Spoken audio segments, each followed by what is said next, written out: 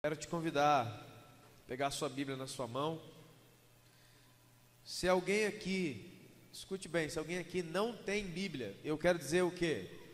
Eu não tenho nem aqui e nem na minha casa. Eu não tenho uma Bíblia, nem aqui e na minha casa. Você pode procurar alguém com esse colete preto, um diácono, e você já ganha uma Bíblia agora, imediatamente. Tá bom? Você precisa ter uma, certo? Só você levantar a mão. Se você não tem uma Bíblia nem aqui, não tem em casa, eu não tenho esse livro, você pode ganhar agora, tá bom? Se você é essa pessoa, alguém tem? Tem? O Rael lá. E aí, Rael, como é que tá, meu irmão? Dá lá para ele lá uma Bíblia, em nome de Jesus. Amém? Então eu peço a todos que abram a sua Bíblia no Evangelho de Mateus, capítulo número 5. Mateus número 5. Mateus é o primeiro livro do Novo Testamento, capítulo de número 5. Amém? Mateus 5.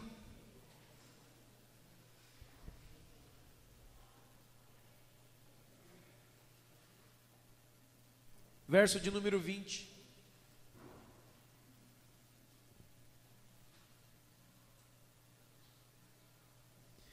Mateus 5, 20.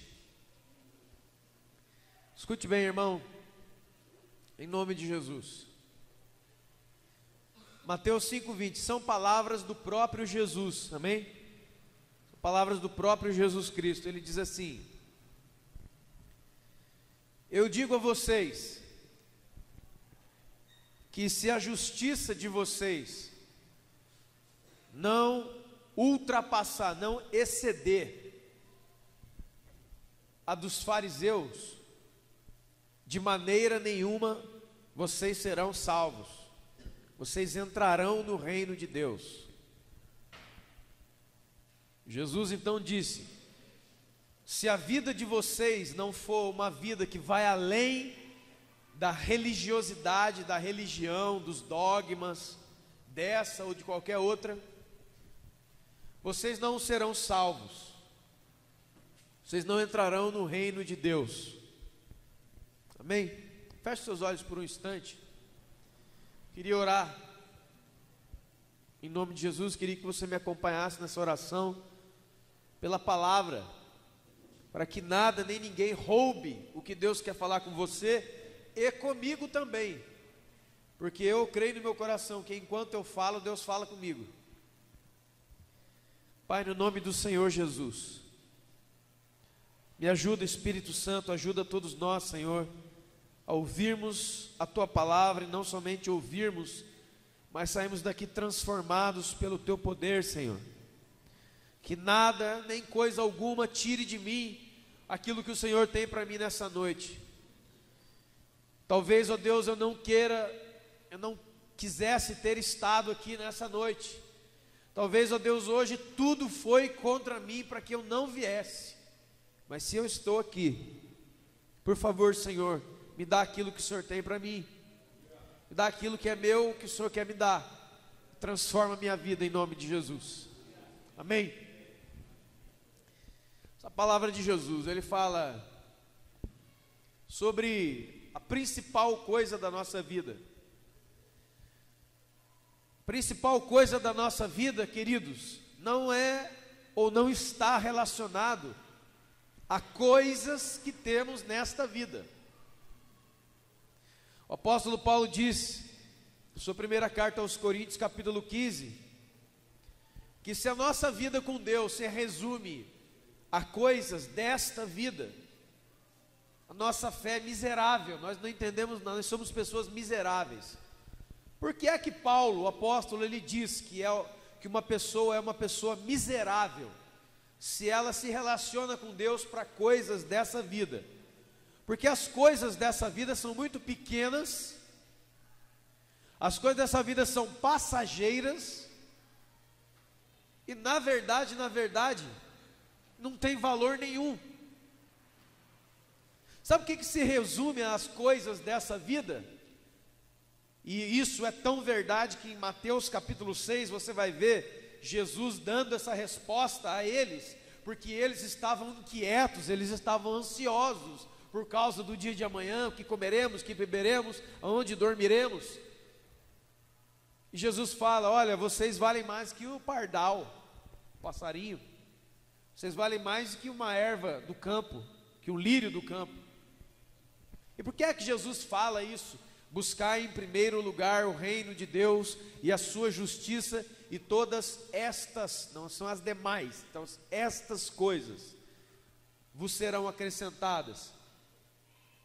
Por que que a nossa vida, sendo vivida com base nas coisas desta vida, é pequena? Jesus fala: o que que é a vida do homem? Qual que é a preocupação do homem? Comer. O homem precisa comer, comer e beber. E quando Jesus, numa das suas conversas com os discípulos, ele fala sobre isso, fala assim: ó, para onde vai tudo que você come? Você está entendendo, irmãos? Essa sua loucura, essa sua preocupação com as coisas que você come, para onde é que vai tudo isso que você come? Você sabe a resposta, né, irmãos? E Jesus também falou: ah, sua preocupação é roupa, é ter o que vestir. Sempre precisamos renovar isso. Sempre precisamos estar renovando os nossos guarda-roupas. Você está entendendo isso?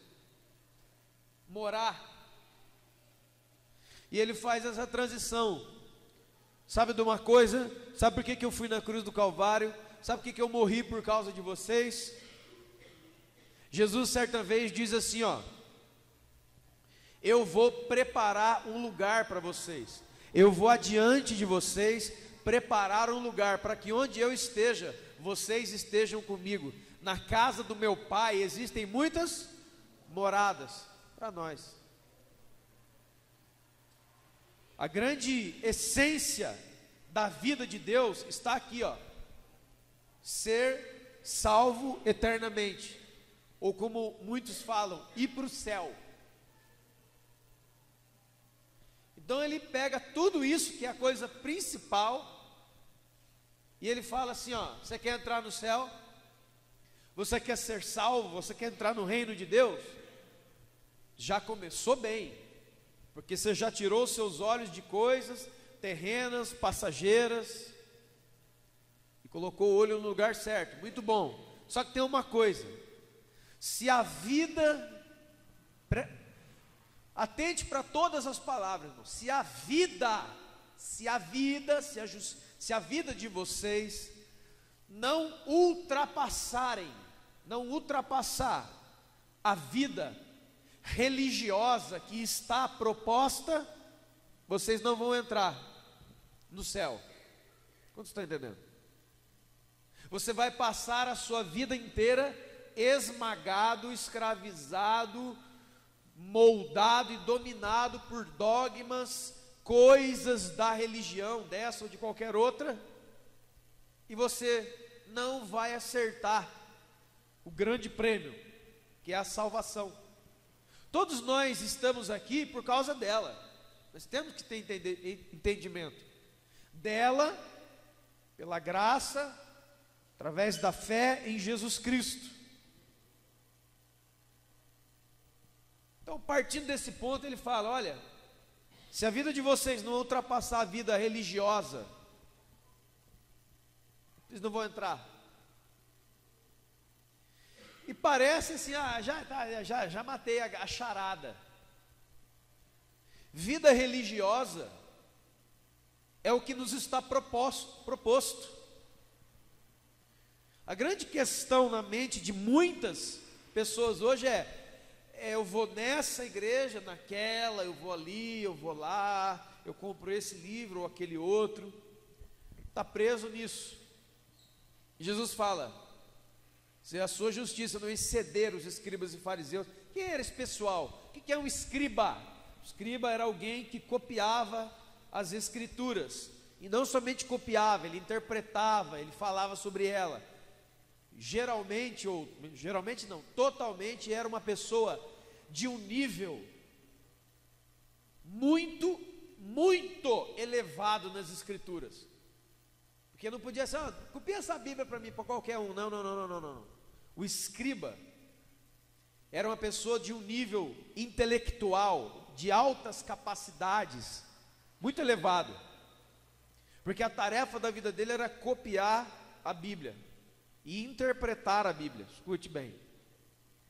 E o outro é o fariseu. O fariseu era um dos 3 principais partidos políticos religiosos da época de Jesus. Por que político-religiosos? Porque eles estavam envolvidos com religião e com a política da época. Qual era a política da época? O Império Romano que dominava Israel. Quantos estão entendendo? Então eles faziam o meio do campo.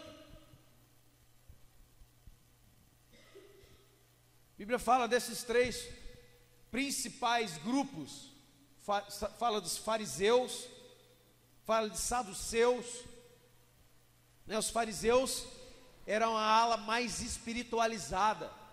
O apóstolo Paulo diz isso em Atos 26, 5, onde ele mesmo se identifica. Paulo era um fariseu da tribo de Benjamim. O apóstolo Paulo, antes de ser Paulo, quando ele era Saulo, e ele fala: eu sou filho da parte religiosa mais acentuada, mais rigorosa do meu povo, os fariseus. Eles eram ligados à escritura e tinham um quê espiritual muito assim, acreditavam em anjos, acreditavam na ressurreição dos mortos, no Messias.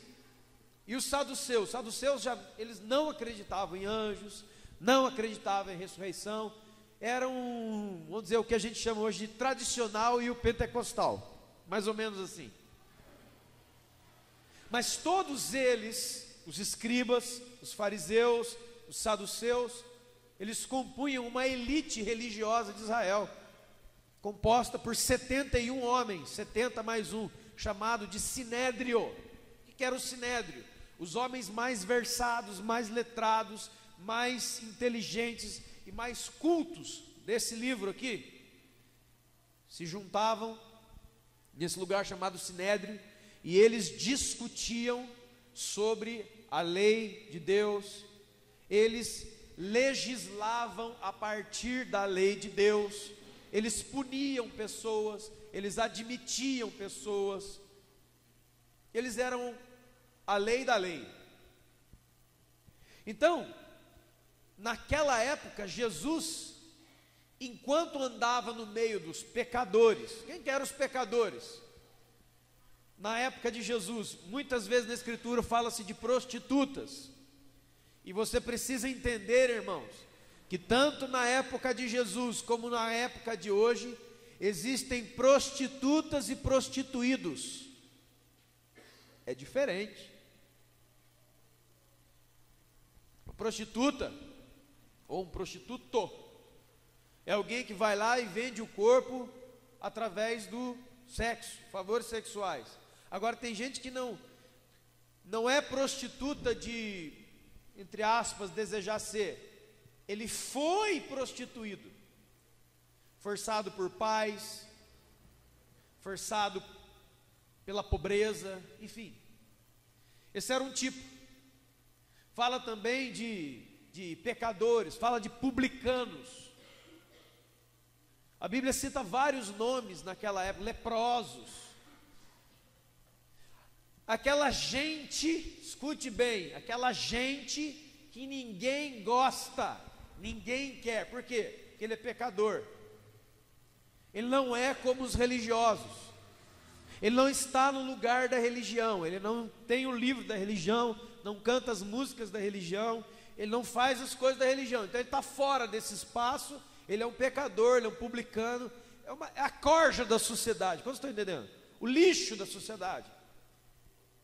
Todas as vezes que Jesus encontrava com o lixo, ele cumpria um pré-requisito do Messias, que os profetas do Antigo Testamento disseram: ele nos tira do monte de lixo e nos faz assentar com os príncipes na sua glória. Ou seja, Jesus comia com eles.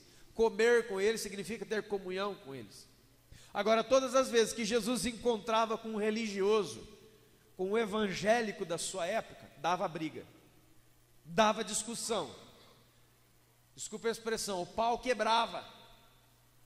Então, quero repetir, todas as vezes que Jesus se encontrava com o lixo da sociedade, a coisa fluía, a coisa ia bem, as pessoas amavam Jesus, Jesus mudava a vida das pessoas, Jesus curava os doentes, Jesus fazia, estava no meio deles, pregava para eles até altas horas.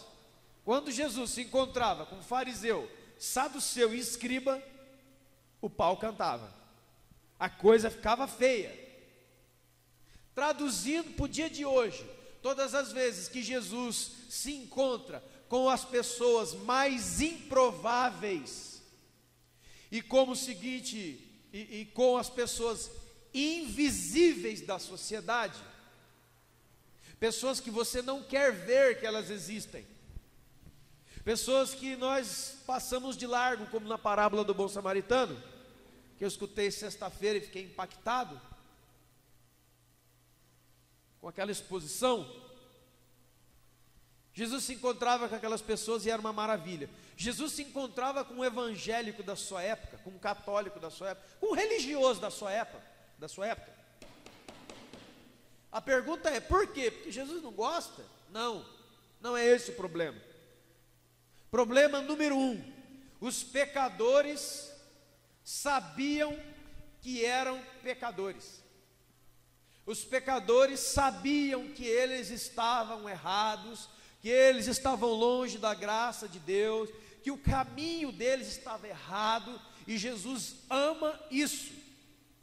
Quando um homem se achega a ele, uma mulher diz: Senhor, eu estou errado, eu preciso de um Salvador. É Jesus, sou eu, dá a mão para mim. Agora os religiosos da época e os de hoje não. Eu não sou pecador. É isso, sou uma benção. Eu sou isso, eu sou isso, eu sou isso, eu sou aquilo. Lá. Olha o que eu estou fazendo hoje, estou pregando, estou cantando. Lá. Quantos estão entendendo, irmãos? O problema número 1 de Jesus é que ele não tolera, e não tolerava e não tolera até hoje, o ser humano achar que porque ele tem um microfone na mão, no culto de domingo à noite em algum lugar, ele realmente deixa de ser aquilo que aquele cara está lá na Praça da Viva. Sabe a Praça da Viva aqui? Sabe a Praça da Viva? Agora, creio eu, deve ter alguém deitado ali, bêbado, sujo talvez, e você olha e fala assim: aquela pessoa não é como eu. Ele é exatamente como você, e ele precisa, como você também precisa, da mesma e única coisa: um Salvador. É isso que você precisa, é um Salvador.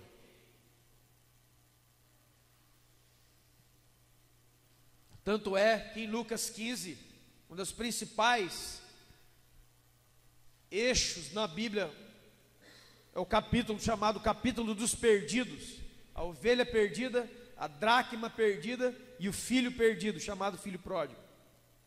Quando você lê lá que Jesus deixa 99 ovelhas e vai atrás da perdida, parece que não faz muito sentido, parece que Jesus não sabe lidar bem com o número. Mas por que é que ele faz isso? Porque ele mesmo diz: a ovelha perdida é uma ovelha arrependida. Mas os 99 que ficam ali, eles não precisam de um Salvador, porque eles se consideram justos. Então Jesus os deixa e vai atrás de quem? Reconhece quem é e quem ele é. É disso que Jesus está falando. Olá, evangélicos, no dia 19 de junho de 2015, Albuquerque Lins, Pindamonhangaba, 20 horas e 20 minutos. Olá, evangélicos. Olá, crentes daqui da Petra, ou sei lá de onde você pode ser. Eu estou aqui na casa essa noite através da minha palavra. E eu quero falar uma coisa com todos vocês, começando desse cara que está com o microfone na mão. se vocês não compreenderem que o que eu venho falar é de uma essência de uma nova vida, se vocês me compreendem a partir de leis, de normas, sem a essência, vocês não vão entrar comigo na salvação eterna. Só para você ter uma base, são 184 passagens bíblicas no Novo Testamento, onde Jesus está em conflito com os fariseus, ou com os saduceus, ou com os escribas, ou com os três ao mesmo tempo. 184 ocorrências de problemas, é bastante coisa. Quantos estão entendendo, irmãos? E hoje nós vamos ter um problema aqui. Porque toda vez que Jesus vem para o templo, dá problema. Ai, que coisa horrorosa, meu Deus. João capítulo 2, tem na sua Bíblia? Depois você lê. Sabe o que acontece, irmãos? Quantos conhecem aquela passagem que faz parte de um cumprimento profético? Num dia onde Jesus vem montado num jumentinho. Lembra dessa passagem? Você lembra, né? Jesus, chamada a entrada triunfal. Jesus entrando em Jerusalém num jumento. Antes de ele entrar em Jerusalém, porque Jerusalém é circundada de montes, de lugares, de montanhas, ele toma um tope e ele olha. E aí ele fala aquela frase célebre que você também conhece: ah, Jerusalém, que mata os seus profetas e apedreja aqueles que te foram enviados. Quantas vezes eu quis juntar vocês debaixo das minhas asas, como uma galinha junta os seus pintinhos, mas vocês não quiseram. E sabe o que aconteceu? Jesus chorou. Quantos aqui já viram uma cidade que começou a chorar? Eu nunca. Mas Jesus olhou para uma cidade e começou a chorar. E a cidade era Jerusalém. Por que é que Jesus chorou quando olhou a Jerusalém? O que é e o que era Jerusalém? Quando Jesus olha para Jerusalém, ele está olhando para a capital mundial da religião. Ali estava a nata da nata da nata dos mais especiais religiosos daquela época. Quantos estão entendendo? Ele olha, ele chora. Você entra em Apocalipse 2 e 3, cartas de Jesus, através de João, para 7 igrejas. Você já leu, nós já fizemos uma série aqui, igreja por igreja. Quando Jesus está olhando agora para a Petra, que somos nós, não é uma marca na parede aqui e lá, igreja não é isso. Isso aqui simplesmente é uma identificação. Mas se nós não temos uma identidade espiritual, nós não somos nada e nem ninguém. Vocês estão entendendo? Então o mais importante não é isso, nem nada. O mais importante é viver isso. Vocês estão entendendo, irmãos? Amém? Jesus aqui agora, porque ele disse que estaria olhando para nós, o que é que ele vê olhando para você? Quem é que nós somos? E aí entra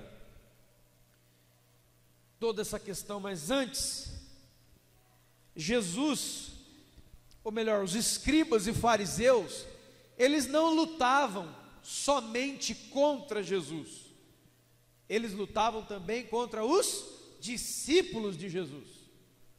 Você vê em Marcos 1, Marcos 2, Marcos 3, Lucas 5, 6, por exemplo, você vai ver os fariseus confrontando não Jesus, mas os discípulos de Jesus. E agora o negócio é com a gente. Vocês estão entendendo, irmãos? Você é discípulo de Jesus? Que bom. Por exemplo, os fariseus chegaram com um questionamento: nossa, para os discípulos, por que é que vocês não lavam as mãos quando vocês comem? Porque a nossa tradição manda que você lave a mão antes de comer. estava confrontando os discípulos. Aí Jesus toma a frente como um bom pai, e ele tira, preste atenção em nome de Jesus, irmãos, porque os fariseus, saduceus e escribas não eram qualquer pessoa da rua. Eles não estavam falando embasado em desejos deles, eles estavam falando embasado na tradição deles. E não somente na tradição, mas na interpretação bíblica que eles tinham. Presta atenção, isso aqui pode salvar a sua alma. Então eles chegam para os discípulos, Jesus estava de lado, e eles confrontam os discípulos, porque eles já perceberam que confrontar Jesus bate para derrubar. Tanto é que várias vezes na escritura, nos quatro evangelhos, você vai ver essa frase: porque Jesus ensina como quem tem autoridade, e não como os escribas e fariseus. Você vai ver várias vezes isso. Então eles perceberam, esse cara é casca grossa, esse tal de Jesus aí. E aí eles se direcionam para quem? E aí eu pergunto: como é que você tem lidado com um monte de perguntas e questionamentos que as pessoas têm sobre a Bíblia e sobre o seu estilo de vida, as suas práticas, que está todo mundo vendo? Eles chegam e falam: olha, vocês não são discípulos desse aí que diz que é Deus e etc e tal, filho de Deus? Vocês não lavam as mãos quando comem.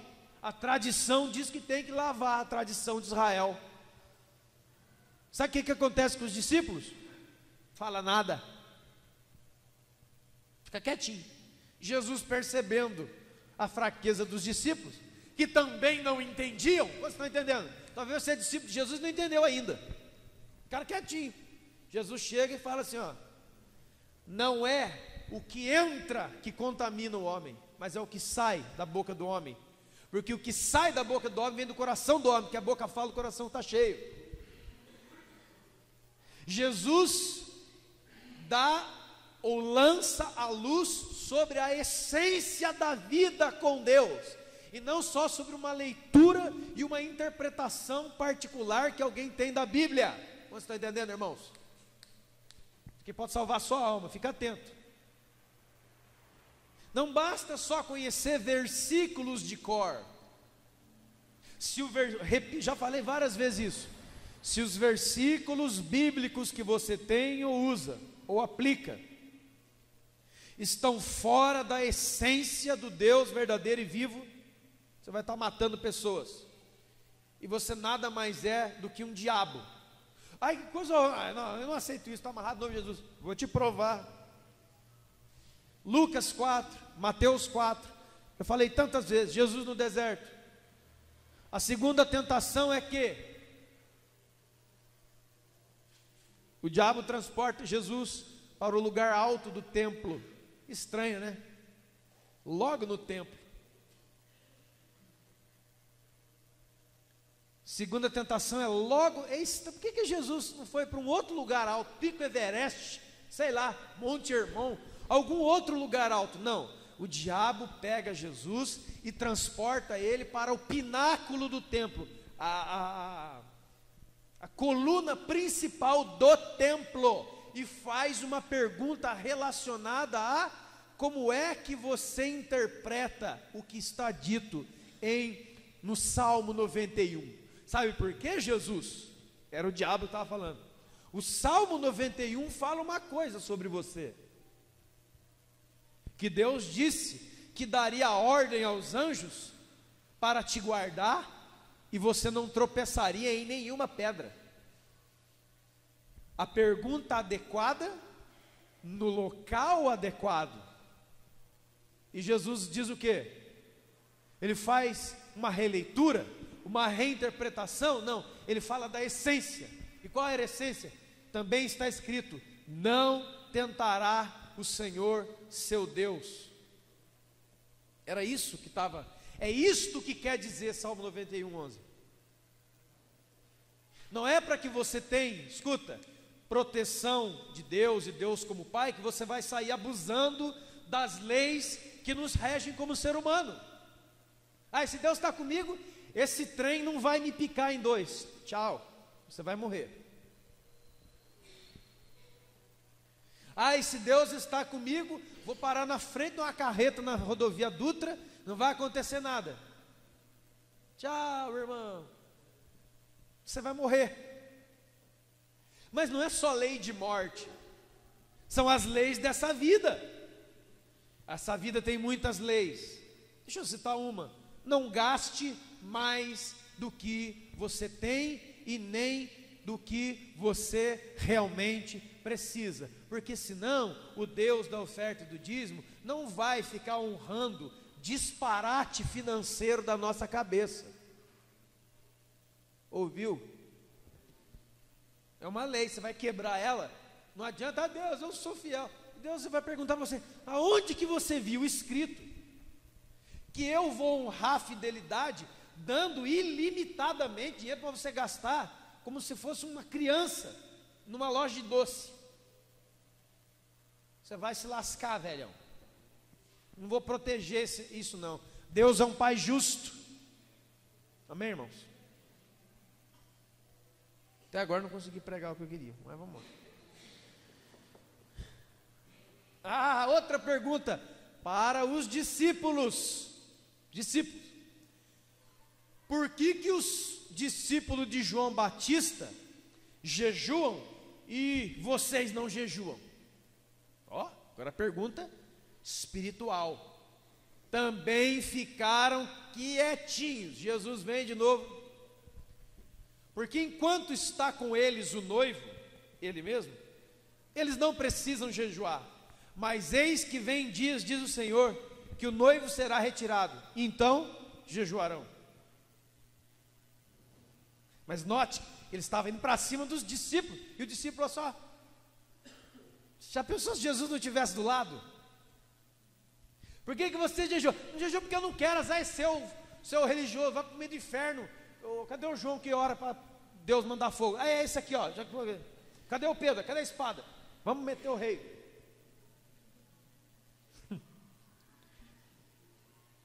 Por que vocês não guardam a tradição? Outra pergunta para os discípulos: por que vocês escolheram espiga no sábado? Por que vocês entraram na lavoura e colheram espigas no sábado, quando não é lícito, diz a lei de Moisés, trabalhar no sábado, hein? O que eles estavam fazendo? Aí Jesus: vocês não ouviram falar de Davi e os seus soldados que iam morrer de fome e entraram no lugar que só o sacerdote podia entrar e viram a mesa dos pães da proposição e comeu os pães que estavam sobre a mesa?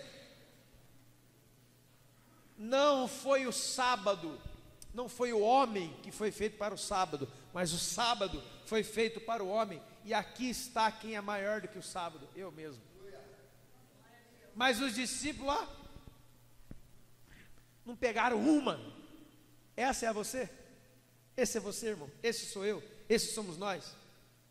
Porque os fariseus, as religiões, as pessoas estão perguntando: por que é que nós não seguimos as tradições de todo mundo? Quantos embates eu tive que ter com pessoas falando, que é do carnaval, que a Petra é da igreja de Satanás, que eles vão no carnaval. Vamos e continuaremos indo. Eu não vou lá para pular carnaval, eu odeio carnaval, detesto, sempre detestei. Então toda vez que eu vou, eu pago dois preços: primeiro, de ir no meio de um batuquê daquele lá que eu detesto, e segundo, pelas almas que estão lá, eu estou disposto a ser taxado pelos religiosos da minha época. Eu vou lá para evangelizar. Essa é a essência do porquê eu vou lá. Eu não vou lá para ficar assim, ó. Mas é um problema da religião. Ela se baseia na tradição e na interpretação que ela tem. Mas quando encontra com Jesus, Jesus: não, cara, não é nada disso.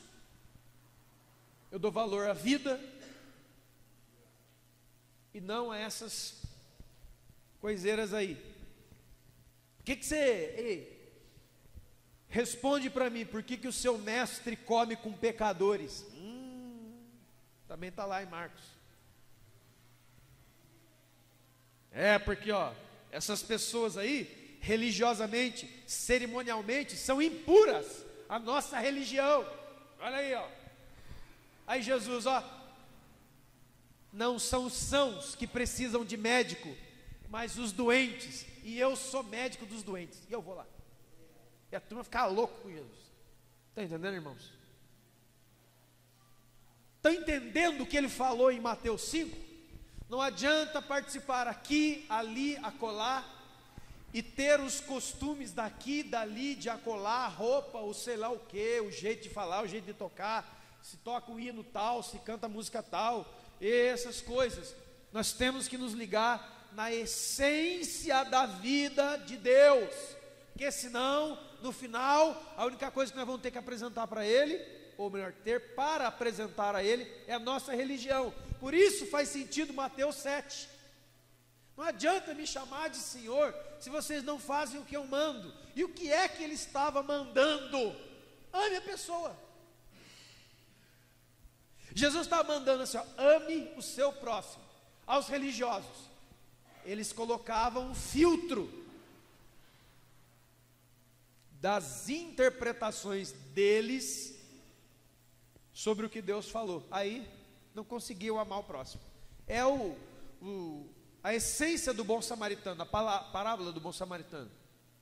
Um homem caído, um homem tinha sido surrado, o homem tinha sido roubado, estava caído. Passa descendo de Jerusalém, primeiro, o fariseu, o judeu, o sacerdote, olha, vê um homem caído e passa de lado. Depois vem o levita, levita, o que nós somos? Somos levitas. Aí passa de lado. E aí quem é que salva? O impuro. Sabe o que pinda? Sabe o que o mundo está esperando? Que você deixe de ser levita e que você e eu deixemos de ser sacerdotes com as nossas interpretações. Não põe a mão nisso, não põe a mão naquilo. Salve as pessoas. Essa é a mensagem. É lógico que salve as pessoas, por favor. Eu não estou falando, vamos salvar de qualquer... Não. Ei. O centro é Jesus Cristo. Foge não. E aí, agora sim, Mateus 23. Abre lá, irmão. Ufa, até agora, até que enfim cheguei agora no texto que nós vamos pregar. Está com pressa, né, irmão? Fica aí, rapaz. Rapidinho, só mais 1h30, mais ou menos. Tá, estamos chegando. Mateus capítulo 23. Também encontra-se Lucas, em Lucas também, um pouco em Marcos, esse embate completo e esse embate central e fenomenal entre os evangélicos daquela época e o Deus vivo e verdadeiro. Mateus 23. Então, querido, só para o negócio estralar em nós mesmos, para a glória de Deus, eu vou trocar sempre a palavra fariseu e saduceu por evangélicos, para não ficar... quem quiser manifestar, já manifesta, cai por terra amarrado. Mateus 23, vamos começar, agora sim. Então Jesus falou às multidões e aos seus discípulos. Na cadeira de Moisés se assentaram os escribas e fariseus. Verso de número 3. Olha como Jesus trabalha com essência. E olha como eles estavam contaminados de tipos, de alegorias, de maneiras de interpretar a religião que não tinha nada a ver com Jesus. Preste atenção. Verso de número 3. Verso número 2. O que significa? Assentaram-se na cadeira de Moisés, os escribas e fariseus. Está falando que eles dominaram para si a palavra final. Ou seja, o que sair da nossa boca aqui é o que é. Por mais esdrúxulo que seja, é o que eu estou falando. Isso faz sentido lendo o versículo 3. Leia. Guardem tudo o que eles vos disserem, porém não os imitem nas suas obras, porque dizem ao coração da vida da falsa religião aqui, ó. Ao coração dos evangélicos, muitos, não todos, graças a Deus, Deus sempre tem o seu remanescente, mas eu estou falando da grande massa que se satisfaz e pensa que é elevado porque vem a um culto domingo e tem uma Bíblia, ou 2, ou 10. Você está entendendo?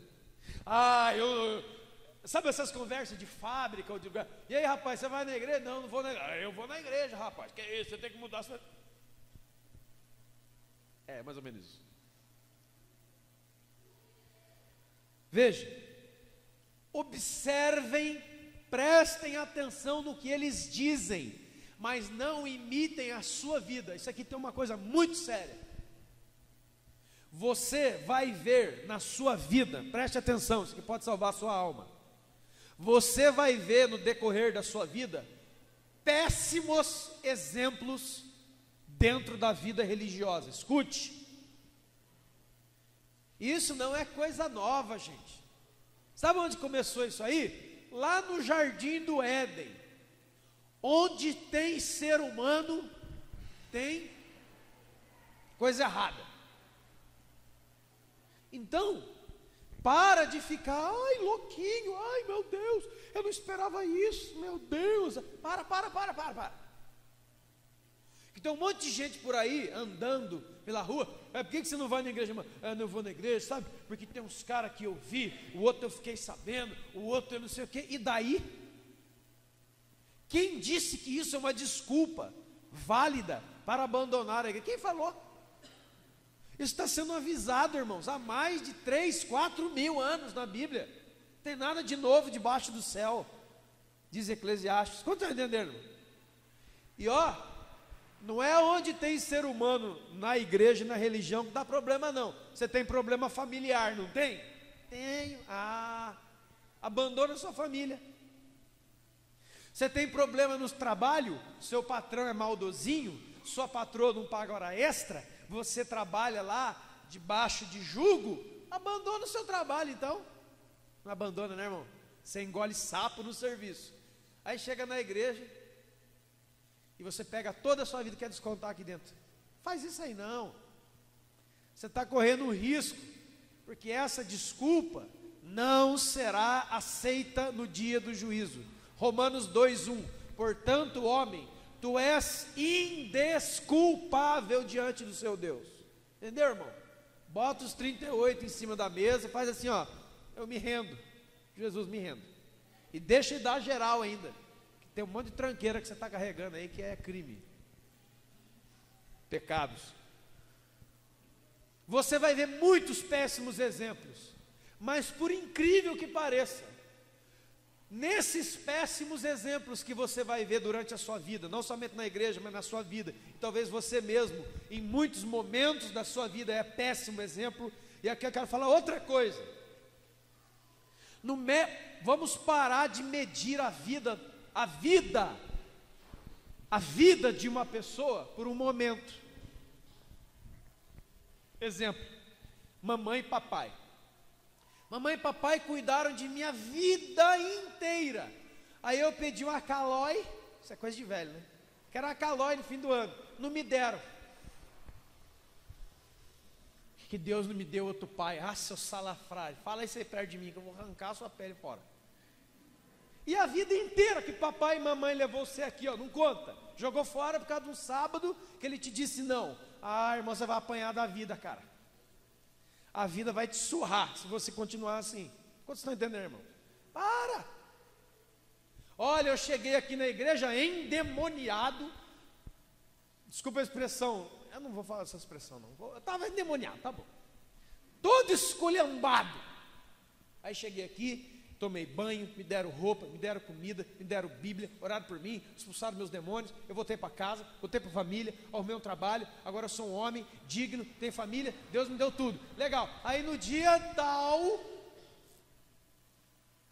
na igreja, nesse mesmo lugar, alguma coisa acontece que você não gosta. Você sai daqui falando, era o sinal de Deus para mim. Você está entendendo, irmão? Uma vida no lixo, um momento. Vamos botar a luz em cima disso aí. Então olha a pessoa que está do seu lado e fala assim, a vida é mais do que um momento. Respeita isso. Façam tudo o que eles vos disser, mas não imitem o quê? A vida que eles levam. Tem muita gente fazendo coisa errada na igreja, mas pasmem, eles leem a mesma Bíblia que você. Então você talvez está olhando para aqui e está falando, esse cara é o cara mais errado de Pinda. Ótimo, sou eu. Mas quando eu falar para você abrir a sua Bíblia em João 3,16 e você ler comigo, obedeça João 3,16. Quando eu, o pior de Pina, eu sou o pior, o lixo, pronto, resolvemos o problema. E eu falar, abre a sua Bíblia comigo, e você sabe, mas a vida dele, ele é um desgraçado, ele tem pacto, ótimo, tá bom, beleza. Abre a sua Bíblia em Mateus 22, 37, 38, 39, está escrito assim, ama a Deus sobre todas as coisas, e o próximo como a ti mesmo. O que Jesus está falando? Esquece da vida de quem você está vendo e se concentra no que eu estou falando, porque eu falo através de mula, eu falo através de formiga, eu falo através de grilo, de bode, de coelho e de lagartixa. Isso aí não existe não. Vai ler o livro de Provérbios para você ver. Vai ler. Manda aprender com gafanhoto, manda aprender com formiga. Onde você viu um homem formado, um doutor, um engenheiro? Não é? Aí Deus fala assim, você quer ter minha sabedoria? Eu quero, Senhor, aleluia, Deus, aleluia. Vai olhar para o formigueiro, você iria? Você quer tacar fogo no formigueiro, rapaz? Era o que eu fazia. Veja, irmãos, olha a capa da religiosidade que não vai salvar ninguém, que não adianta nada e não presta para nada. Preste atenção no que eles falam, mas não imitem a sua vida, porque eles dizem e não fazem. O mesmo pastor, sexta-feira, Antônio Carlos Costa, nós estávamos na pregação, uma das melhores pregações que eu já participei na minha vida. Ele falou uma coisa que impactou meu coração a respeito de Tiago, capítulo 2, onde lá em Tiago, capítulo 2, está escrito assim, você crê que Deus é um só? Faz bem, até os demônios creem e tremem. Você crê em Deus? Eu creio, aleluia. O demônio faz isso aí. E agora? Aqui é papo reto, irmão. Aqui é papo reto, que eu não vou ficar perdendo tempo com caraminhola. O diabo faz isso aí. O diabo tem oração atendida. Ai não, agora você falou demais. Agora esse cara está com o capeta do corpo mesmo. Eu sabia, essa igreja é do capeta. É? Lembra quando Jesus sai e entra na terra dos gadarenos? Você lembra dessa passagem? O endemoniado gadareno vem pra se bater lá, e ele se lança de joelhos. Lê lá para você ver. O demônio, ele vê Jesus descendo do barco, o diabo se joga de joelho, o diabo levanta a mão e adora a Deus e fala assim, você é Deus, cara, você é filho do Altíssimo. E muitas vezes o nosso culto, para alguém dar glória a Deus, tem que pagar, tem que fazer sorteio de bicicleta. É com você mesmo que Deus está falando, você está perdendo para o demônio, filhão, espertão. Olha o que os demônios, e ainda reconhece, tu és o filho do Altíssimo. Aí o demônio faz um pedido. É uma oração. O que é um pedido? É uma oração. Senhor, permite que a gente saia e vá para os porcos. Pode ler a sua Bíblia. Jesus permitiu, ou seja, Jesus concedeu. Jesus atendeu a oração de demônio. E a sua? O que você anda pedindo? Nós estamos por cima da carne seca. Nós somos evangélicos, cara. Evangélicos, sei. Toca mais uma, tá parecendo boteco. Toca do Raul. Toca mais uma, aquela pra gente ficar assim, se não vale nada. Vamos acordar. Isso é aspecto de religião. Isso aqui é ritualística. Não vai te conduzir para entrar num reino que não é de homem, é eterno e é de Deus. Se a nossa vida com essa Bíblia e com esse Deus não ultrapassar esses negocinhos que a gente tem, quinta, culto, domingo, culto, sábado, avisaram, eu vou. Você vai perder a sua vida errando o caminho. Foi o que Jesus disse. Eles falam e não fazem. A fé sem obras é. E lá em Tiago 2, você pode ler. A pergunta do apóstolo Tiago é: acaso pode semelhante fé, o quê? Salvá-lo? Não. A fé verdadeira não é fazer a mão de Deus trabalhar para você, é o seu braço se mover para trabalhar para Ele. Vocês estão entendendo, irmãos? Isso aqui pode salvar a sua alma, viu? Só para te situar de novo. Sabe qual que tem que ser? E qual é a diferença entre nós e os demônios? Entre a sua fé e a fé dos demônios? A fé do demônio faz ele crer e faz ele tremer. A sua te dá o poder de amar. A deles não. Eles sabem que Jesus é o Senhor. Você também sabe. E eles tremem, porque eles sabem, como o demônio falou, que o dia deles se aproxima. O seu dia se aproxima? Também, diferente do deles. Eles esperam e sabem o dia da condenação deles. E nós, do arrebatamento, irmãos, do céu. Embora. Acabar com essa baixaria dessa vida aqui. Por isso que a Bíblia diz em Tessalonicenses: console uns aos outros com essa palavra. Que palavra? Jesus vem. Fala para a pessoa que está ao seu lado, fala: ei, Jesus vem. Isso aqui já devia fazer você virar um vulcão na presença de Deus. Aí você fala para os irmãos: Jesus vem. Não tem problema, Jesus vem e vai levar alguns. Tchau. Deus tocou no meu coração, mês de agosto, todos os cultos de domingo não vão falar sobre arrebatamento, porque a igreja precisa ouvir sobre a volta de Jesus. Porque é isso que desperta você não está ligado no que vai rolar, irmão. Está pensando que é brincadeira, né? Está pensando que grande tribulação é perder um trampo? Sabe qual que tem que ser a diferença entre a sua vida e a sua fé e a fé dos demônios? Você vai além de crer e tremer. Você ama a Deus. E só quem ama abandona tudo que tem que abandonar por causa dele. Quantos estão entendendo, irmãos? Aleluia. Tem muita coisa aqui, mas vamos passar no 4. Olha outra coisa deliciosa dos evangélicos de hoje.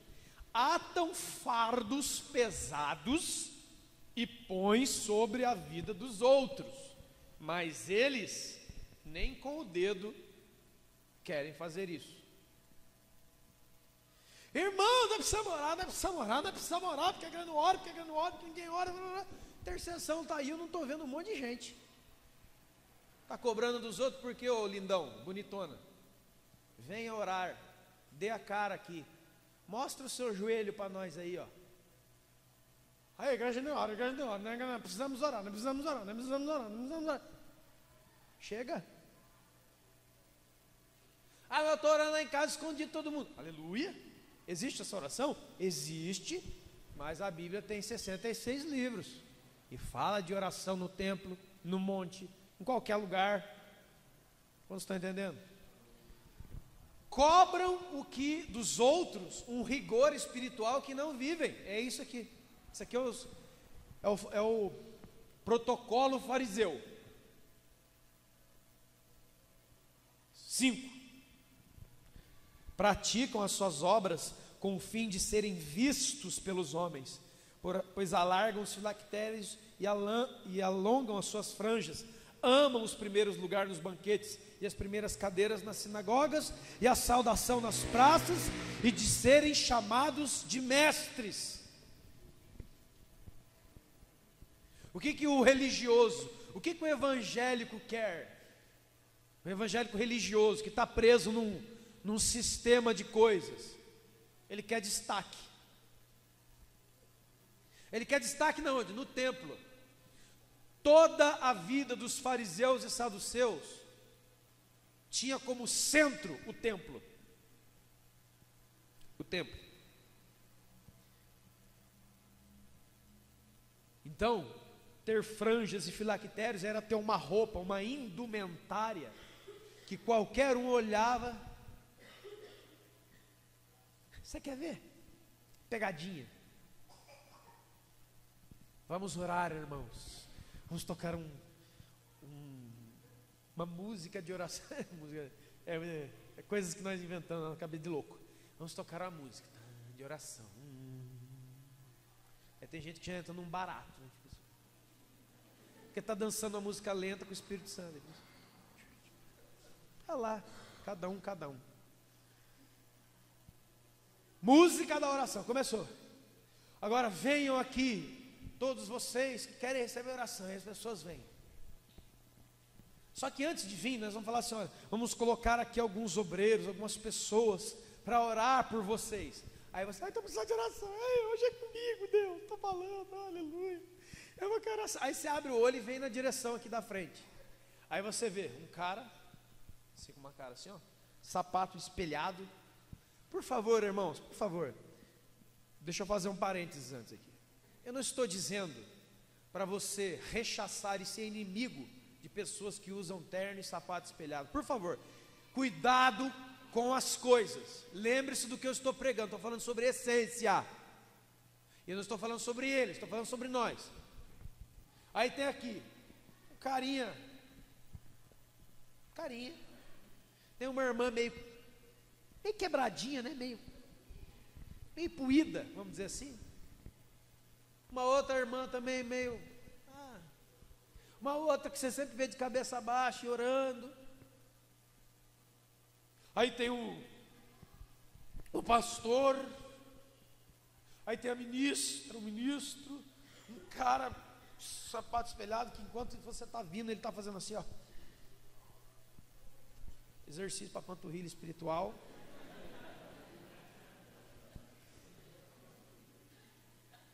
De verdade, não mente não mente para Deus não, e nem para você. Em qual fila da oração que você entra?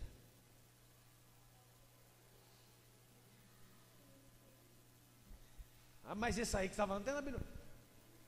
Um publicano, um fariseu, um religioso orando: Senhor, lá na beira do altar: Senhor, te louvo porque eu nasci na igreja, Senhor, tenho 2 Bíblias, ó Deus, leio hebraico, grego, aramaico, não sei o que, e agora eu sei toda a escritura, dou dízimo tudo que tem, jejum 2 vezes por semana, Senhor. E lá no fundo, um pecador que não levantava a cabeça, batia no peito e dizia: sê propício a mim, Senhor, que eu sou pecador. E a pergunta de Jesus foi: qual das 2 orações foi aceita?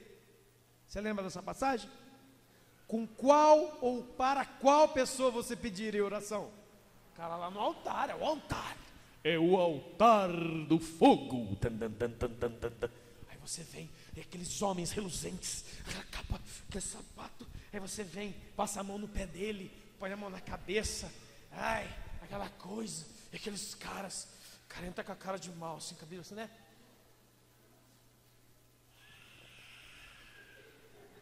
Aí você olha aquele homem, aquele até fogo, cara, ali, ó. Olha o jeito dele, ele fica assim. Ele não está sendo. Aí tem outra pessoa do lado. Pessoa canta. Tinha 2 filas, né? Tinha 10 filas, você foi encurtando até chegar nele. Irmão, eu sei do que eu estou falando, porque eu já passei por isso, gente. Vamos orar, todo mundo. Aí tinha uns caras que tinham uma fila grandona. Na minha fila eu estava cumprimentando e trocando ideia, ninguém vinha. E aí, irmão, beleza? Trocando ideia, tranquilo, e os caras orando. Eu não estou falando que Deus não age, eu não estou dizendo isso. Eu não estou falando com quem é que Deus está. Eu estou falando como é que você vê. Estou falando dos homens, não. Estou falando de nós. Amém? Aqui, ó. Outra coisa. Sabe por que os evangélicos buscam os lugares no templo? Porque eles querem ser observados. Se eles desejam ser observados, é porque tem gente que observa. Você fica lá babando, pastor. Ô pastor, vai, pastor. Quem que vai pregar sexta-feira? Vai pregar aquele homem de Deus. É o homem de Deus, é o homem de Deus. Aí vem. Quem vai pregar sexta-feira? Vamos botar o fulano lá, para dar um testemunho. Já foi. Essa é a vida que nós estamos querendo, é isso?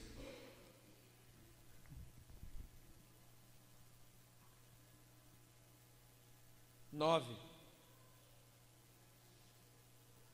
Não. Lá no 12, que é tudo a mesma coisa.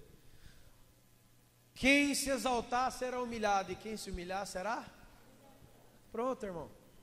Essa aqui você pega ao pé da letra e põe na sua vida, você vai ver como é que Deus opera. Ai de vós, escribas e fariseus, hipócritas, porque vocês fecham o reino dos céus diante dos homens, nem vocês entram e nem deixam entrar os que estão entrando. Como é que alguém faz isso? Impondo religião, religiosidade, dogmas, regras. Porque você vai cantar no louvor? Você vai ter que preencher um formulário com 67.000 perguntas em hebraico, aramaico, outras em grego. Você vai ser também? Quer entrar para pregar aqui na Petra? Eu já ouvi essa conversa aqui. Mas tem que ver, né? Que ali não prega qualquer um. E eu sou quem? Eu sou qualquer um, filhão. Membros daqui falando isso. Mas tem que ver, porque aqui não prega qualquer um. De onde é que você arrumou isso? Que eu não falei. Você tem que sair por aí e falar assim: a Petra pega qualquer um, a começar do pregador de sempre. Aleluia, é desse jeito. Se Deus quiser usar qualquer pessoa que Ele vai usar, porque Ele é Deus.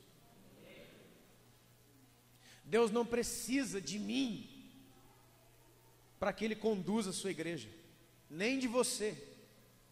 Deus é Senhor. Deus é Senhor, gente. Nós precisamos colocar isso no nosso coração. Nem eles entram, porque também com esse tipo de vida não entram.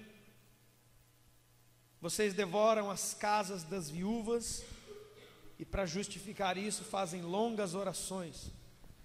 Os evangélicos do dia de hoje têm um problema sério e crônico com o dinheiro. Olha o que ele está falando. Os religiosos entravam na casa das viúvas endinheiradas daquela época e devoravam a casa delas, ou seja, fazia com que elas dessem todo o dinheiro e toda a vida delas para eles. E para justificar, como um bom religioso, botava o manto da oração. Nós vamos aqui orar, irmão. E olha, o que foi, pastor? Não, peraí. É forte. Eu estou vendo que está uma coisa amaldiçoada aqui na sua casa. É essa televisão de 50 polegadas. Dá ela para mim que eu vou tirar você dessa maldição. Você pensa que não tem, né? relação íntima e errada com o dinheiro, porque tinham, escuta agora, está pensando que é só do outro lado? Agora é você. Tinham o dinheiro como uma forma, ou melhor, somente como uma forma de terem vida e status garantido e melhorado. Agora é você. Agora é todo mundo. Por quê? Como é que você vê o seu dinheiro? Quando você recebe seu salário, você vê o quê? Quando alguém te abençoa com uma oferta, quando alguém te dá alguma coisa, quando você é abençoado de alguma forma por alguém, como é que você enxerga isso? Oba, é comigo mesmo. Tinha 60 calças, vou comprar 61 agora. Você é fariseu, religioso que não entendeu a essência. Eles iam atrás do dinheiro para se manterem e alavancarem o seu status. É assim que você vê o seu dinheiro? Todo o seu dinheiro está sempre relacionado com a melhoria da sua vida, unicamente. Você é um fariseu, você é um hipócrita, você não entra no reino de Deus. Lembra que Jesus falou, Mateus 5:20, se você não ultrapassar o que eles viviam, e a maneira que eles viviam era uma maneira religiosa impecável, só que quando eles encontraram com Jesus, eles caíram do cavalo, porque Jesus olhava o coração deles, o povo olhava a religiosidade que eles demonstravam. Entendendo, irmãos? Por que Jesus reuniu todos nós aqui hoje? Para dizer para você, não se importa com o teu exterior, para garantir uma posição, ou ser aceito.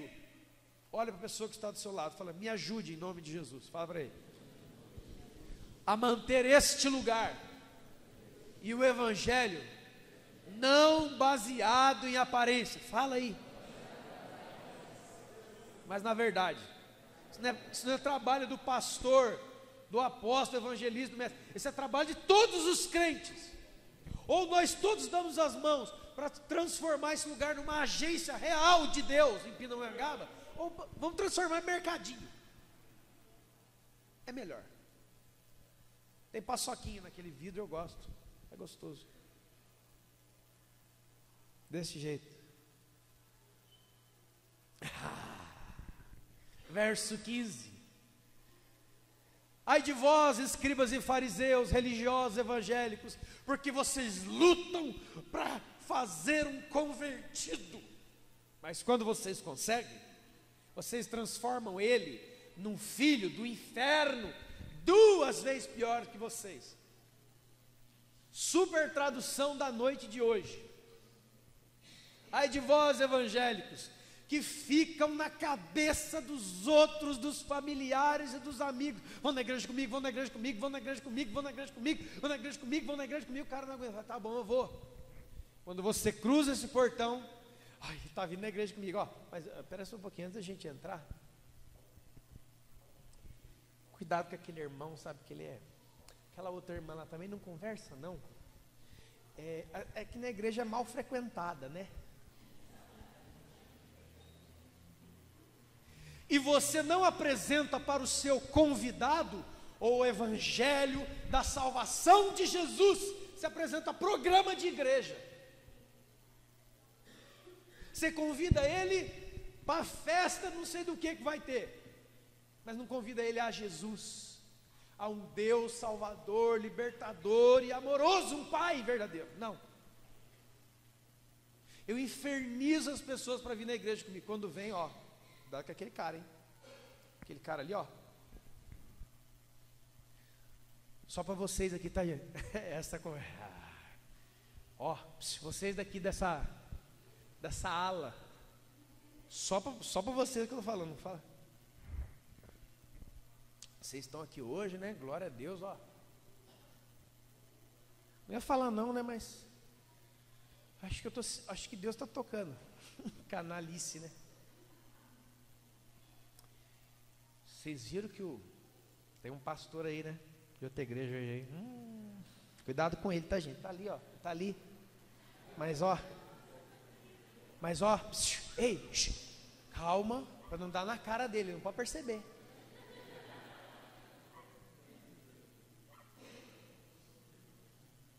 Está ali meu amigo Caleb, meu irmão em Cristo Jesus. Isso é uma brincadeira que eu fiz com ele, mas está entendendo? A gente luta para trazer uma pessoa na igreja. Quando a gente traz, a gente não apresenta o evangelho da graça e da salvação. A gente apresenta um sistema que mais desanima as pessoas do que anima. A gente já entra no primeiro dia, se relaciona com ele. Cuidado com aquela turma, hein? Aquele cara que está ali na porta tem cara de segurança, mas ele não é não. Cuidado com ele, ele tem cara de... Sabe, já começa errado, transformando a pessoa num filho do inferno. Por que é um filho do inferno 2 vezes pior? Porque quem está vivendo debaixo de religiosidade falsa, ele não herda a salvação. E ao invés de trazer a pessoa para a salvação, não, eu trago para o sistema que eu vivo e entendo, e não para o evangelho de Jesus. Como vocês estão entendendo, irmãos? Olha a pessoa que está fazendo, traga pessoas ao evangelho de Jesus.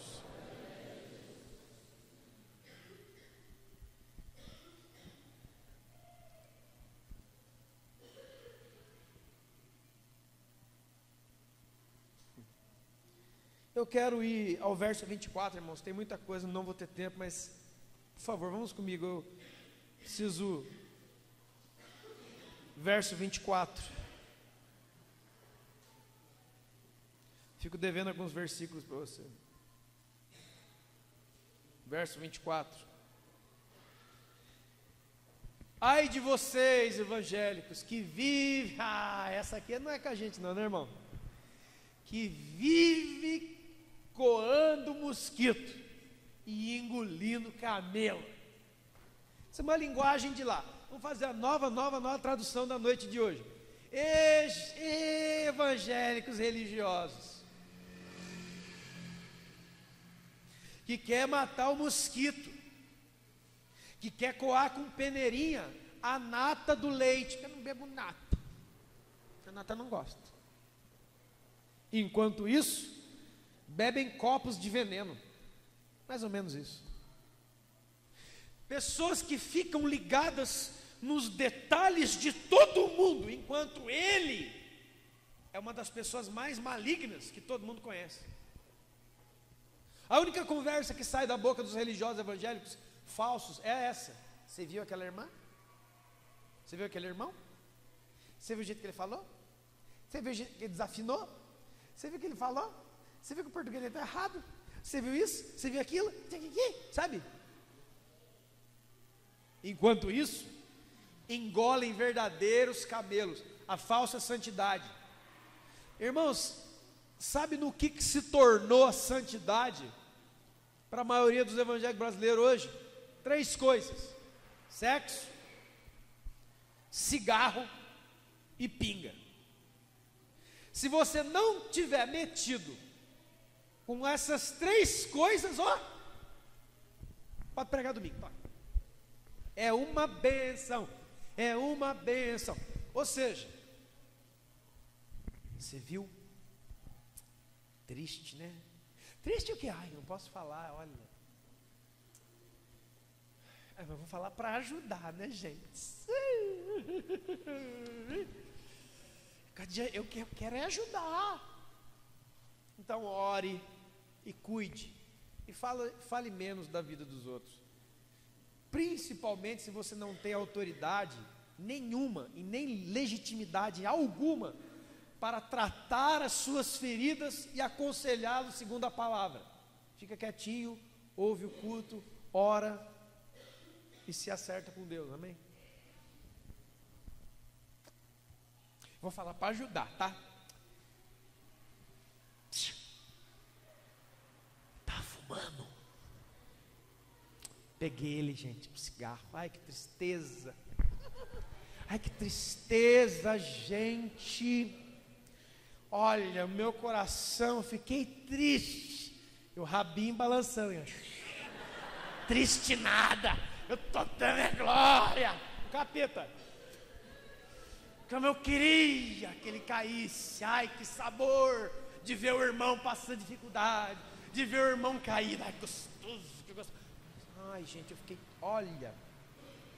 triste, viu? Que eu cheguei perto dele, estava cheirando cigarro, cara. Ai, meu Deus. Vamos ter que dar um jeito nele. Vamos fazer uma reunião com os pastores, reunião com os líderes. Irmão, fala a verdade. Você fumou, eu fumei. Ele fumou. Quase que faz aquilo que os religiosos fariseus da época faziam. Rasgavam suas vestes. Ele fumou. Por favor, não estou mandando ninguém comprar cigarro, sair fumando, nem beber. Não entra não. Vem não. Eu estou falando de mosquitos e camelos. Enquanto isso, temos pessoas invejosas, maldosas, maldizentes, como é que chama? Facciosas, e com todos os tipos de sentimentos malignos dentro do seu coração, que não cheira cigarro nem cachaça. E aí que a gente faz? Eu já ouvi isso uma vez, quando eu estava falando sobre esse negócio de inveja e maledicência. Sabe o que um crente me disse? Mas isso aí tem em todo lugar, né? O que a gente tem que combater mesmo é o copo de cachaça. O copo de cachaça não. Mentiroso. Mente poluída. Essas coisas internas. Isso aí tá tranquilo, ninguém está vendo mesmo. O que Jesus está dizendo para nós? Sabe essas coisas que você e eu carregamos dentro do coração? Ninguém sabe, mas Deus sabe. Talvez ninguém se importa, mas Ele se importa. Então hoje, abre o seu coração e fala: Jesus, eu entrego tudo. Eu não estou nem aí que as pessoas vão pensar de mim, porque a vida cristã verdadeira não é guardar reputação para os outros, é guardar santificação para Deus. Amém, irmão?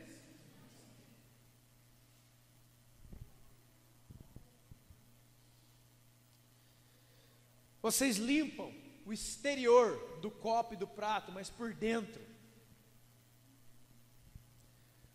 vocês estão sujos. Vocês são, sabe o que? Diz o Senhor, evangélicos, religiosos, bonitinhos, de domingo, de sábado, sei lá o que, com as suas ritualísticas e com a sua vida meramente baseadas em regras. Segue a regrinha da Petra que você vai bem. Não, você não vai bem. Sabe quem você é? Você é um túmulo, você é um sepulcro, você é um jazigo bem pintado, um túmulo bem pintado. Por fora, as pessoas vão no cemitério. Você já deve ter ido aqui no cemitério de Pindão e outro. Tem túmulos ali que são lindos, de mármore, uma estátua de um anjo, sei lá quem que é, mas está lá a estátua. Aquela coisa linda. Tem gente na cidade que eu sei que paga pessoas para cuidar do túmulo do pai, da avó, não sei o quê, enfim. Aquele negócio bonito, cara. Gastaram muito para durar para sempre. Só que tem um problema. Se abrir, fede carniça, porque ali tem um morto, velho. É o que Jesus está falando. Ultrapassa essa vidinha de religião que estão dizendo: venha viver comigo. Jesus está falando para todos nós, porque senão todo mundo vai continuar te olhando culto após culto. Eles vão ver: olha que bonito, olha aquela irmã. Ô irmão, ô querido, tudo bem, irmã? Tudo bem, meu querido? E a igreja está enchendo de gente. Olha que legal, que gostoso, que gostoso. Assim como você entra no portal do cemitério de Pinda e você vê um monte de túmulos, a entrada nas igrejas aqui ou em Pindamonhangaba, espiritualmente para Jesus, ele pode estar entrando num verdadeiro cemitério. Não é o que você e eu conseguimos ver, irmãos, no outro. Nós não estamos aqui por causa do outro. Nós estamos aqui para compreender e viver uma vida agradável a um Deus santo que vê você como você é. Então, se Jesus entra por essas portas, e eu creio que Ele está aqui agora, o Senhor, Ele está aqui, não é porque eu estou falando, não, porque Ele prometeu, não é por causa do meu desempenho, do desempenho de alguém, porque Ele disse. Jesus não vai em desempenho de homem, Ele vai na palavra dEle. Ele está aqui. Sabe qual que é a pergunta que dá temor no meu coração? Sabe qual que é, o pastor Caleb? A pergunta que dá temor no meu coração: o que é esse circo aqui? O que é esse negócio aqui? A igreja é bonita. Para mim, para você, um bom prédio, uma boa localização, as coisas estão melhorando, bebê. Ai, que bonito, que gostoso. Mas nós não estamos aqui por causa disso. Nós estamos aqui por causa dEle. E quando Ele vem no culto, eu me preocupo: Deus, o que é que o Senhor está vendo agora? Um monte de tochas vivas, um monte de almas sedentas de um Salvador e de um Senhor, ou um monte de túmulos de gente falsa, fria e morta? Começando desse aqui, ó. Pode ser o túmulo da família importante da cidade. Vocês estão cheios de mortos dentro de vocês. Já falei, João diz: aquele que odeia o irmão é assassino. Quem carrega ódio, quem carrega dissabores contra o outro no coração, você está matando o irmão aqui dentro. E aí você se torna um sepulcro. Quantas pessoas falam assim: ele fez comigo, eu até perdoei, eu não sei o que, mas aqui dentro, para mim, ele morreu. Aí dentro tem gente morta. Se tiver, hoje aqui também está o Deus que chama a vida dos mortos. Enfim, irmãos, o que nós somos, o que Deus quer e o que nós seremos. Religiosos bem comportados, andam direitinho, bonitinhos. Eu dou uma palavra, o outro dá, alguém dá. A igreja vai indo, a igreja vai crescendo, a igreja vai bem. Está gostoso. Ou nós temos um compromisso de arrancar as nossas máscaras e dizer: Senhor Jesus, eu não estou aqui por causa desse cara que está falando com o microfone.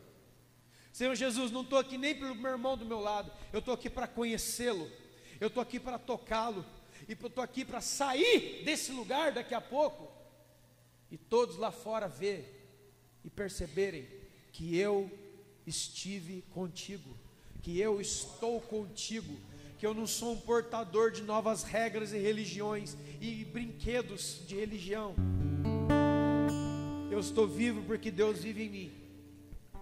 E a mensagem que eu vou levar é uma mensagem para impactar essa cidade onde eu estiver. Que Jesus salva o pecador.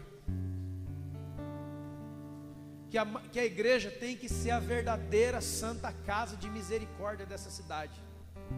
Toda vez que você vê um irmão muito bem vestido, uma moça muito bem vestida entrando, como é que você vê? Olha. Aí você vê um cara todo acabado, todo esculhambado.